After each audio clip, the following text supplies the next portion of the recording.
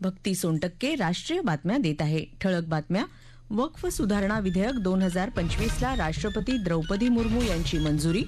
देशभरात आज रामनवमीचा उत्साह. अयोध्येत राम मंदिरात विशेष किरणोत्सव. तामिळनाडूमध्ये रामेश्वरम इथल्या नवीन पंबन रेल्वे पुलाचं उद्घाटन प्रधानमंत्री नरेंद्र मोदी यांच्या हस्ते होणार. आणि जागतिक मुष्टियुद्ध चषक स्पर्धेत भारताच्या हितेश गुलिया यानं पटकावलं सुवर्णपदक. वक्फ सुधारणा विधेयक 2025ला राष्ट्रपती द्रौपदी मुर्मू यांनी मंजुरी दिली आहे. गेल्या आठवड्यात लोकसभेत 288 विरुद्ध 232 मतांनी तर राज्यसभेत 128 विरुद्ध 95 मतांनी हे विधेयक मंजूर झालं होतं. वक्फ मालमत्ता व्यवस्थापनात असलेला पारदर्शकतेचा अभाव या नव्या कायद्यामुळे दूर होणार आहे. वक्फच्या नोंदींचं डिजिटायझेशन करणं, वक्फ मालमत्तांचं ऑडिट करणं, मालमत्तेचं सर्वेक्षण पूर्ण करणं हा या विधेयकाचा हेतू आहे. नव्या सुधारणेनुसार वक्फ बोर्डात मुस्लिम समुदायातल्या मागास घटकांना आणि महिलांना प्रतिनिधित्व दिलं जाईल. तसंच केंद्रीकृत पोर्टलद्वारे वक्फ मालमत्तेचं व्यवस्थापन केलं जाईल. आज प्रभू श्रीरामांचा जन्मदिवस म्हणजेच रामनवमी देशभरात उत्साहात साजरी केली जात आहे. अयोध्येतल्या राम मंदिरासह देशातल्या विविध ठिकाणच्या राम मंदिरांमध्ये दुपारी 12 वाजता रामजन्म सोहळा साजरा झाला. जगाच्या कानाकोपऱ्यातून अयोध्येत भाविक येत आहेत. देशभरात ठिकठिकाणी भजन कीर्तन अशा धार्मिक कार्यक्रमांचं आयोजन करण्यात आलं असून गावागावांमधून शोभायात्रा देखील काढल्या जात आहेत. राष्ट्रपती द्रौपदी मुर्मू, प्रधानमंत्री नरेंद्र मोदी यांनी देशवासियांना रामनवमीनिमित्त शुभेच्छा दिल्या आहेत. रामनवमी आपल्याला धर्म, न्याय आणि कर्तव्य भावनेची जाणीव करून देते असं राष्ट्रपतींनी आपल्या शुभेच्छा संदेशात म्हटलं आहे. तर भगवान श्रीरामांचे आशीर्वाद आपल्या सर्वांवर राहावेत आणि आपल्याला मार्गदर्शन करत राहोत अशी इच्छा प्रधानमंत्र्यांनी व्यक्त केली आहे. महाराष्ट्राचे राज्यपाल CP राधाकृष्णन, मुख्यमंत्री देवेंद्र फडणवीस यांनीही रामनवमीनिमित्त शुभेच्छा दिल्या आहेत. भगवान राम हे केवळ एक पूजनीय देवता नाहीत, तर एक राष्ट्रीय प्रतीक असून प्रभू श्रीराम यांनी उपदेश केलेल्या मूल्यांचं पालन आणि जतन केलं पाहिजे असंही फडणवीस यांनी म्हटलं आहे. उपमुख्यमंत्री अजित पवार यांनीही रामनवमीनिमित्त शुभेच्छा दिल्या आहेत. मर्यादा पुरुषोत्तम प्रभू श्रीरामांच्या आदर्शमय जीवनातून प्रेरणा घेऊन समाजात सौहार्द, सहिष्णुता आणि सत्याची मूल्य अधिक बळकट करावीत असं आवाहन पवार यांनी समाजमाध्यमावरच्या आपल्या संदेशात केलं आहे. उपमुख्यमंत्री एकनाथ शिंदे यांनी समर्थ रामदास यांच्या मनाच्या श्लोकातला दीनानाथ हा राम कोदंडधारी पुढे देखता काळपोटी थरारी हा श्लोक उद्धृत करत सर्वांना रामनवमीच्या शुभेच्छा दिल्या आहेत. अयोध्येतल्या राम मंदिरात आज दुपारी 12 वाजता विशेष किरणोत्सव साजरा करण्यात आला. रामलल्लाच्या कपाळावर सूर्याच्या किरणांनी तिलक लावल्यानंतर श्रीरामांना 56 भोग अर्थात नैवेद्य दाखवण्यात आला. रामजन्मोत्सवानिमित्त जगाच्या कानाकोपऱ्यातून अयोध्येत आलेल्या भाविकांवर ड्रोनच्या साहाय्यानं शरयू नदीतल्या पाण्याचा शिडकावा करण्यात आला. याशिवाय आज संध्याकाळी मंदिरात दीपोत्सव साजरा केला जाणार आहे. महाराष्ट्रात मुंबईमध्ये वडाळा इथल्या राम मंदिरात सजावट करण्यात आली असून सकाळपासून भाविकांनी श्रीरामाच्या दर्शनासाठी रांगा लावल्या आहेत. तसंच नागपूरमधलं पोद्दारेश्वर राम मंदिर, नाशिकमधलं काळाराम मंदिर, हिंगोली शहरातलं संकटमोचन हनुमान मंदिर, छत्रपती संभाजीनगर इथल्या राम मंदिरांसह शिर्डी, शेगाव आणि विविध मंदिरांमध्ये फुलांची आकर्षक सजावट तसंच विद्युत रोषणाई करण्यात आली आहे. राष्ट्रपती द्रौपदी मुर्मू आज पोर्तुगाल आणि स्लोव्हाकियाच्या दौऱ्यासाठी रवाना होणार आहेत. आज रात्री उशिरा त्या पोर्तुगालला पोहोचतील. आपल्या पोर्तुगाल दौऱ्यात राष्ट्रपती मुर्मू पोर्तुगालच्या राष्ट्रपती मार्सेलो रेबेलो डी सौसा यांची भेट घेऊन शिष्टमंडळ स्तरीय चर्चा करतील. त्या पोर्तुगालचे प्रधानमंत्री लुईस मॉन्टेनेग्रो आणि त्यांच्या राष्ट्रीय संसदेचे अध्यक्ष जोस पेड्रो अग्युर ब्रँको यांचीही भेट घेणार आहेत. पोर्तुगालचा दौरा आटोपून स्लोव्हाकियाला पोहोचल्यावर राष्ट्रपती द्रौपदी मुर्मू स्लोव्हाकियाचे राष्ट्रपती पीटर पेलेग्रिनी आणि प्रधानमंत्री रॉबर्ट फिको यांच्याशी द्विपक्षीय बैठक घेतील. या राष्ट्रीय बातम्या आकाशवाणीच्या मुंबई केंद्रावरून देत आहोत. आकाशवाणी मुंबईच्या ARnews_मुंबई या ट्विटरवर तुम्हाला दिवसभर महत्त्वाच्या बातम्या वाचता येतील. राष्ट्रीय बातमीपत्रात आपलं पुन्हा एकदा स्वागत.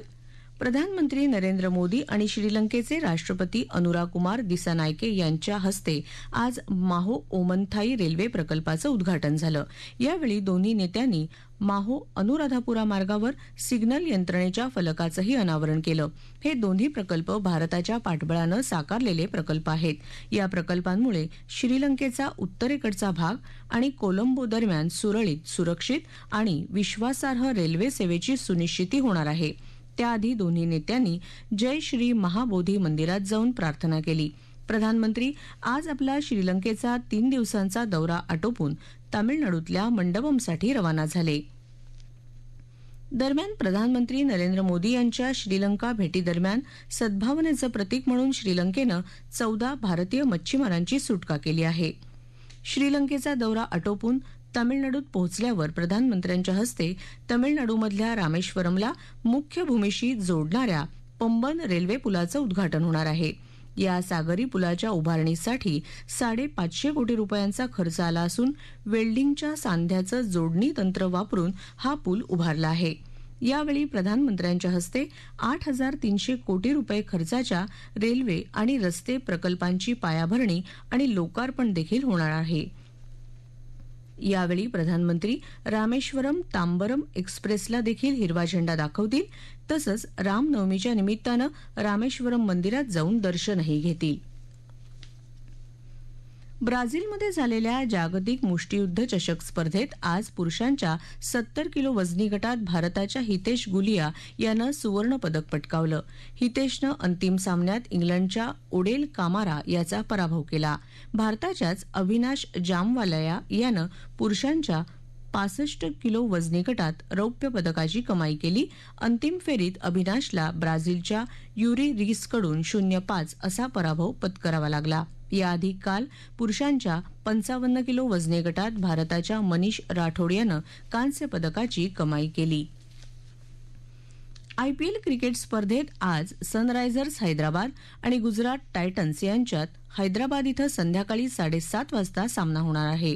काल चंदीगड इथं झालेल्या सामन्यात राजस्थान रॉयल्सनं पंजाब किंग्सला 50 धावांनी पराभव केला. तत्पूर्वी काल दुसऱ्या सामन्यात दिल्ली कॅपिटल्सनं चेन्नई सुपर किंग्सचा 25 धावांनी पराभव केला. तेलंगणात काल 20 महिलांसह 86 नक्षलवादी पोलिसांना शरण आले.